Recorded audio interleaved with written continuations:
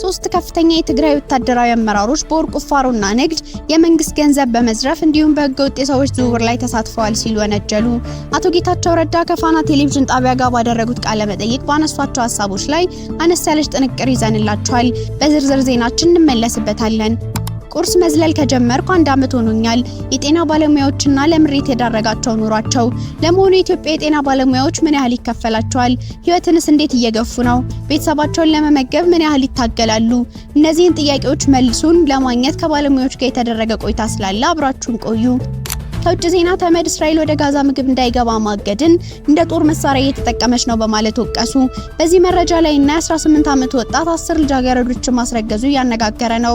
በእነዚህ ሁለት መረጃዎች ላይ ጠለቅ ያለ ዳሰሳ ስለምናደርግ እስከ ጥንክራችን ፍጻሜ አብራችሁን ቆዩ በማለት ቻናላችን ላይክ፣ ሼር እና ሰብስክራይብ በማድረግ እንድትከታተሉን አክብሮታዊ ግብዣችን ነው።